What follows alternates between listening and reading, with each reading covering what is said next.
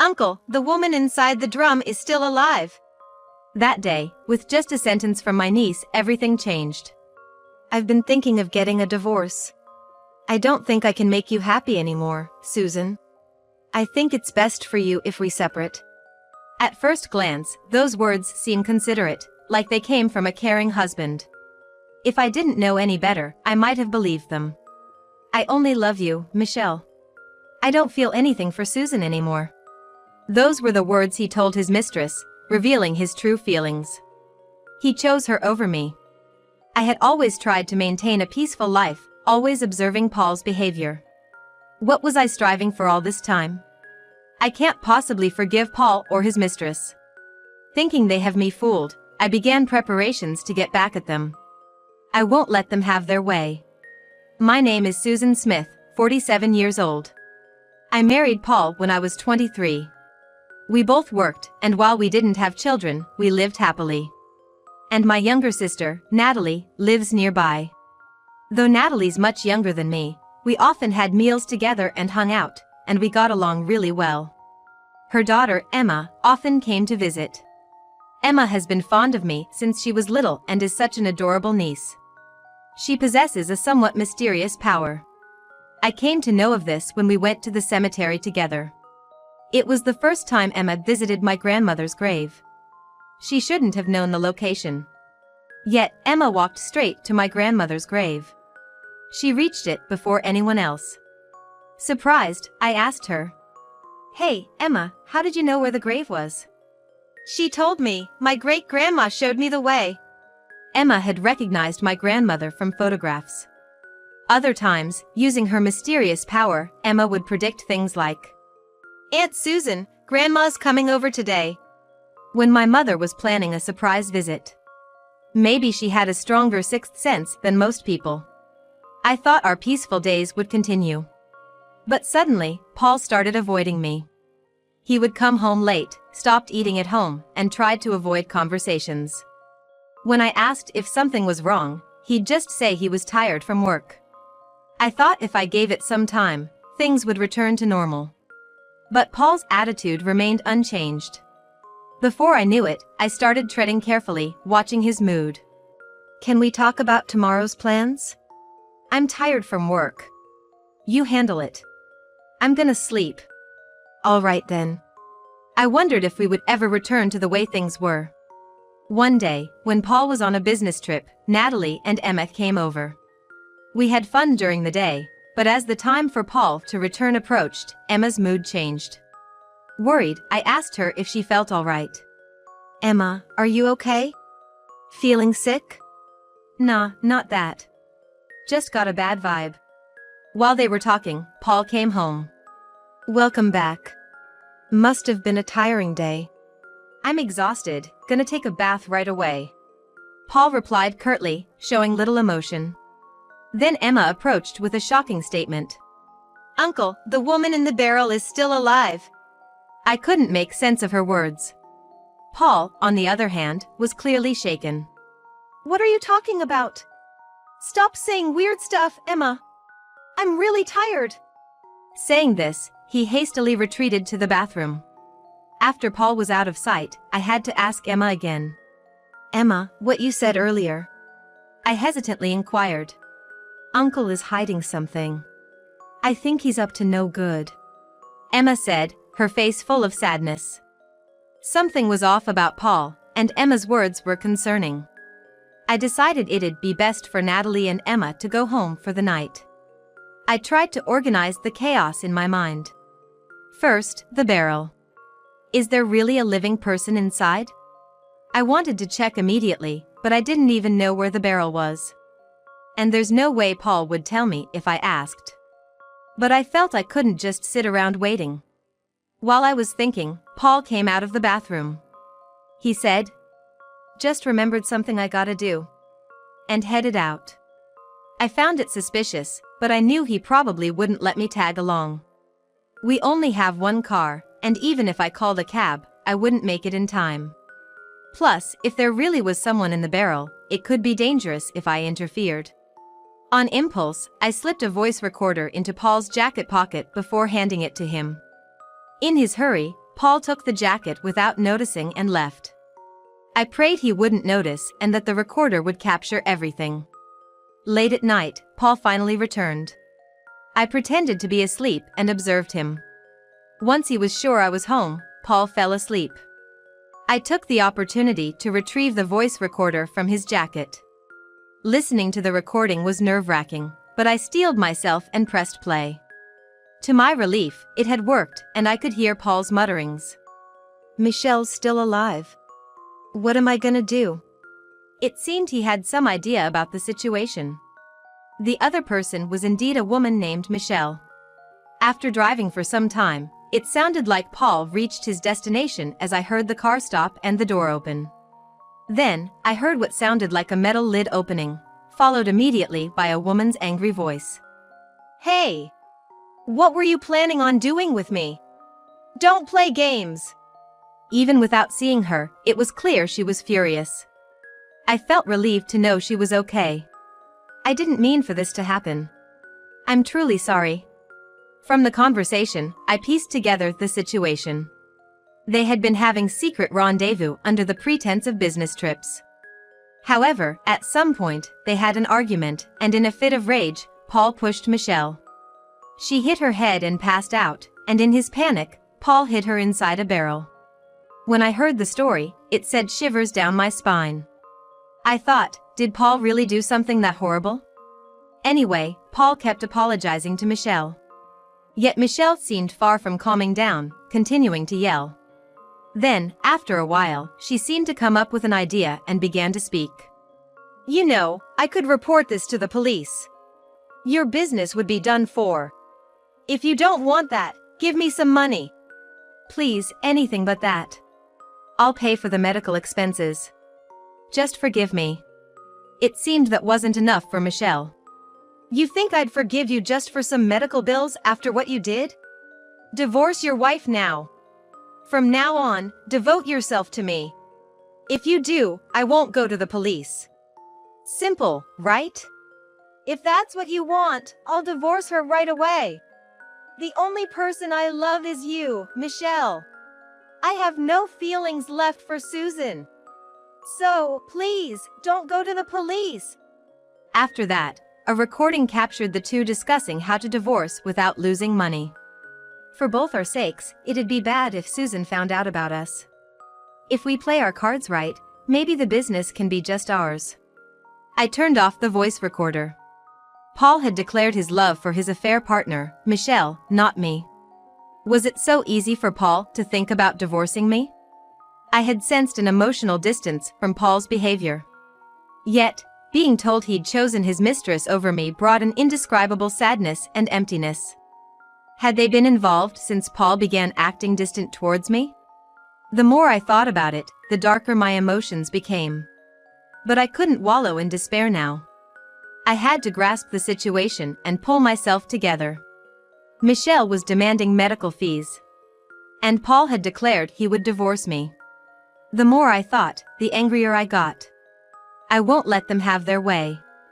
I will never forgive them for deceiving me all this time. With that in mind, I came up with a plan. I decided to let them believe they had the upper hand for a while. Several weeks later, Paul told me he wanted a divorce. Probably a plan he concocted with Michelle. His tone wasn't the usual assertiveness, he seemed to be gauging my reaction. "I've been thinking of divorcing. I don't feel like I can make you happy anymore, Susan. I think setting you free is best for you." He clearly had no clue I knew everything. He emphasized he was doing it for my sake. Seeing him act this way made me hold back my anger. "If that's your decision, I won't stop you." "Fine." I agreed to the divorce too. "Thanks.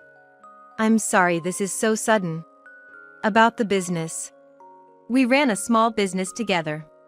Paul wanted to take over as CEO. I want you to live freely without being tied to the business. Of course, I'll still give you money as a co-owner. That's fair, right?" I knew what he was up to. But for now, I didn't confront him. If I can get my share, then it's fine. "Thanks for understanding. So, can we proceed through lawyers from now on?" Paul handed me a lawyer's business card. Okay, got it. Well, thanks for everything. With that, Paul quickly left the house. He was probably heading to Michelle's. Just imagining them celebrating the divorce made me furious and hollow. But I had anticipated this, and I kept reassuring myself. The important part was yet to come. I whispered to myself, "Enjoy your fleeting happiness for now." A few months after the divorce, Paul and Michelle stormed into my house. "Hey! Our business sponsor's gone. The company's in ruins. This is your doing, isn't it?" Paul shouted the moment I opened the door. Michelle was right beside him. It was our first face-to-face meeting, and she was glaring at me furiously. Anyway? We're talking about something so important, and you bring that up? This is also important. It seems like you haven't transferred the money to me yet? Paul flinched for a moment. Well, the company's operations haven't been going smoothly. You understand that, right? We're talking about matters related to company management here. Think it through, will you? Susan! Just because your husband left you, are you seeking revenge? You know that'll only harm you in the end, right? Are you dense or something? Not just Paul, but Michelle too seemed to mock me with that attitude. I let out a heavy sigh. Don't you remember? Who established this company, and who granted the loan? The company we had been running was sponsored by my father. My father is a CEO who runs several businesses. It's your father, isn't it? I know that much. Then why did you assume he would continue to support us like before? Originally, I was the one managing the company as its president. Paul had no experience in management. Thus, ever since he took over, our company's sales had plummeted. I thought it was only natural. After all, I started the business and Paul, who hadn't learned a thing about management, couldn't suddenly become proficient. He didn't even ask for any handover details when he said he'd be taking over. Why couldn't he understand such a simple thing? What do you mean? It's our company. The reason the business didn't succeed is because you didn't help me out. And now you're demanding money while doing nothing? You must be kidding. You were the one who decided to give me the money, weren't you? Besides, you told me to do as I please. Also, what did you ever do for me while I was president? When I was president, Paul hardly did anything. All he did was go on so-called business trips, which were just greetings to clients and occasional parties. I wonder what he's getting at. Unable to counter my valid points, Paul stood there, his face turning red with anger. Come on! It's your company too, isn't it? Stop complaining and cooperate. When Paul remained silent, Michelle chimed in. You might not know, but Paul injured me. If I go to the police, it'd be considered assault. Michelle seemed oddly proud as she declared this. Probably this was her trump card. If that's the case, you should go to the police without telling me. Brushing off her threat, Michelle's face turned beet red with anger. You can pretend to be tough all you want. But if this gets out, your company is finished. If you don't want that to happen, you better do something about it. With an annoyingly high-pitched voice, Michelle yelled. Slightly annoyed, I began to speak. Let me clarify it for you. My father has decided to stop sponsoring this company. Are you kidding? Paul looked visibly shaken. What are you doing on your own? This also concerns you, you know? It's just about a little money. That's right. You're the one who's gonna lose out. I guess you really are dense, aren't you, Susan? I handed them a piece of paper. I have no ties with this company anymore. I've already applied for my resignation, and it's been accepted. Since you took over as president, I'm not needed anymore. Both Paul and Michelle were taken aback. Just because you quit, you're gonna do this? To even ask your father to sink this company? That's way too much, even for you. No, you're mistaken. My father thinks investing in a company that's not profitable is a waste. He stopped sponsoring it. It's not something I requested. The real reason is your lack of management skills. It was irritating to be blamed by Paul when he was the one at fault. I stated the facts to him and gave him a slight smile. I can't believe you do something so cruel. I can't believe you're this kind of person. Paul is still blaming me. Acts like he's done nothing wrong. Doesn't he know how to reflect on his actions? So, I went and got something from the room. Y'all haven't reflected at all. Nothing but excuses. I can't stand listening. Who really did the terrible thing here? What I brought were numerous pieces of evidence of their affair. The day I found out about the affair, I had hired a private investigator. I had been gathering evidence of their affair. All to make them pay for what they did. You thought I didn't know you two were having an affair? Wait, this isn't right. This is after our divorce, right? Stop making stuff up. Look at the date here. It's before our divorce. You said you were out meeting folks, but you were seeing her. I just happened to run into Michelle. Paul is trying to make excuses. Seeing this, Michelle, who had been silent, starts to defend herself too. I didn't know he was married. I was just deceived. I didn't intend to have an affair. Playing the victim, Michelle tries to get out of it. I began to speak. Michelle, you knew he was married at this time, right? I have a voice recording of you talking about it. Confronted with the evidence, Michelle went from meek to snarky with a click of her tongue. So that's her true nature, I thought. Cheating, taking my company, and not paying the money you promised. Who's really in the wrong here? The two who were shouting just moments ago are now silent, looking down. I handed each of them an envelope. What's this? Why are you giving me one too? Michelle, receiving the envelope, was shaken. Why? It's to claim damages. I had prepared claim forms for compensation against both of them for this day. I was hesitant to give them, but after seeing the two of them making excuses without any remorse, I decided to set things right. Paul finally started to apologize after all I had done to him. Susan! I'm sorry, it's all my fault. It was just a momentary lapse. I'll break up with her and never contact her again. So let's start over. Hey! Are you kidding? You're just gonna run away? Shut up. I don't want to deal with you anymore. Nothing good ever happens. That's what I should be saying. The two began hurling insults at each other. Why does he think he can be forgiven now? Watching their ugly argument, I wondered why I ever married someone like him. Any happy memories I had with Paul seemed to vanish. Why would you think we can start over? There's no way I'm going back to you. You better pay the damages and the back payments. I made it clear to them both. No way! Paul sank to his knees. I'm not paying this. As she discarded the envelope and tried to leave, I told her. I know your address. I'll send another bill. Upon hearing this, Michelle finally seemed to resign herself and apologized. I'm sorry for cheating.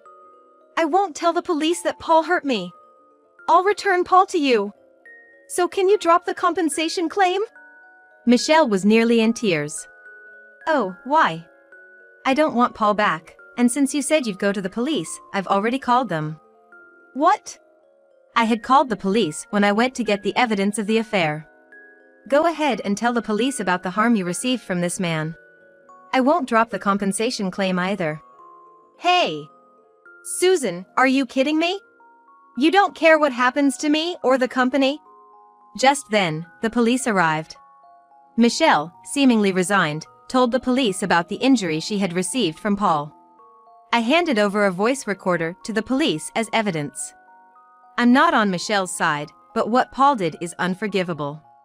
He should face proper judgment. We'll take a detailed statement at the station, said the officer. It seems Michelle was going too, as a victim. Haven't you been to the police station before? The officer asked her. Michelle flinched, looking downcast, and got into the patrol car. Susan, help me! Paul, looking dazed, pleaded in a desperate voice. We're strangers now. Reflect on your actions, I said, watching Paul being taken away. Paul was charged with assault for harming Michelle. Not only did he have to compensate me, but he also had to settle with Michelle, which left him in significant debt. Furthermore, Michelle frequently had run-ins with the police due to relationship troubles. This time, she was the victim, but the police sternly warned her about her behavior. She was drawn to Paul because of his business title. However, with Paul's title gone and him in massive debt, her interest would likely wane quickly. I don't know what their relationship is now. Michelle has been paying me the compensation properly, so I don't feel the need to pry further. All I wish is for both Paul and Michelle to truly reflect on their actions. That's all. Paul's company soon went bankrupt after he became the representative. I established a new company and rehired all the employees from the previous one. I felt it wasn't right to drag the employees into our mess. Initially, I worked out of obligation. But now, I find fulfillment in my work, and I want to work hard for the sake of my employees and my expectant father. "You smile a lot more these days, Aunt Susan," said Emma, whom I met after a long time. After parting ways with Paul, I decided to live for myself. Not constantly worrying about Paul's mood, but valuing my own feelings. I visit places I want to, dine with the people I want to meet, and lead a fulfilling life. Running the company by myself has also made finances easier to manage, with fewer unnecessary expenses like pointless business trips. The work environment improved for my employees too. Apparently, Paul was harsh with them, and his absence made their lives easier. I regret not noticing Paul's unjust behavior sooner.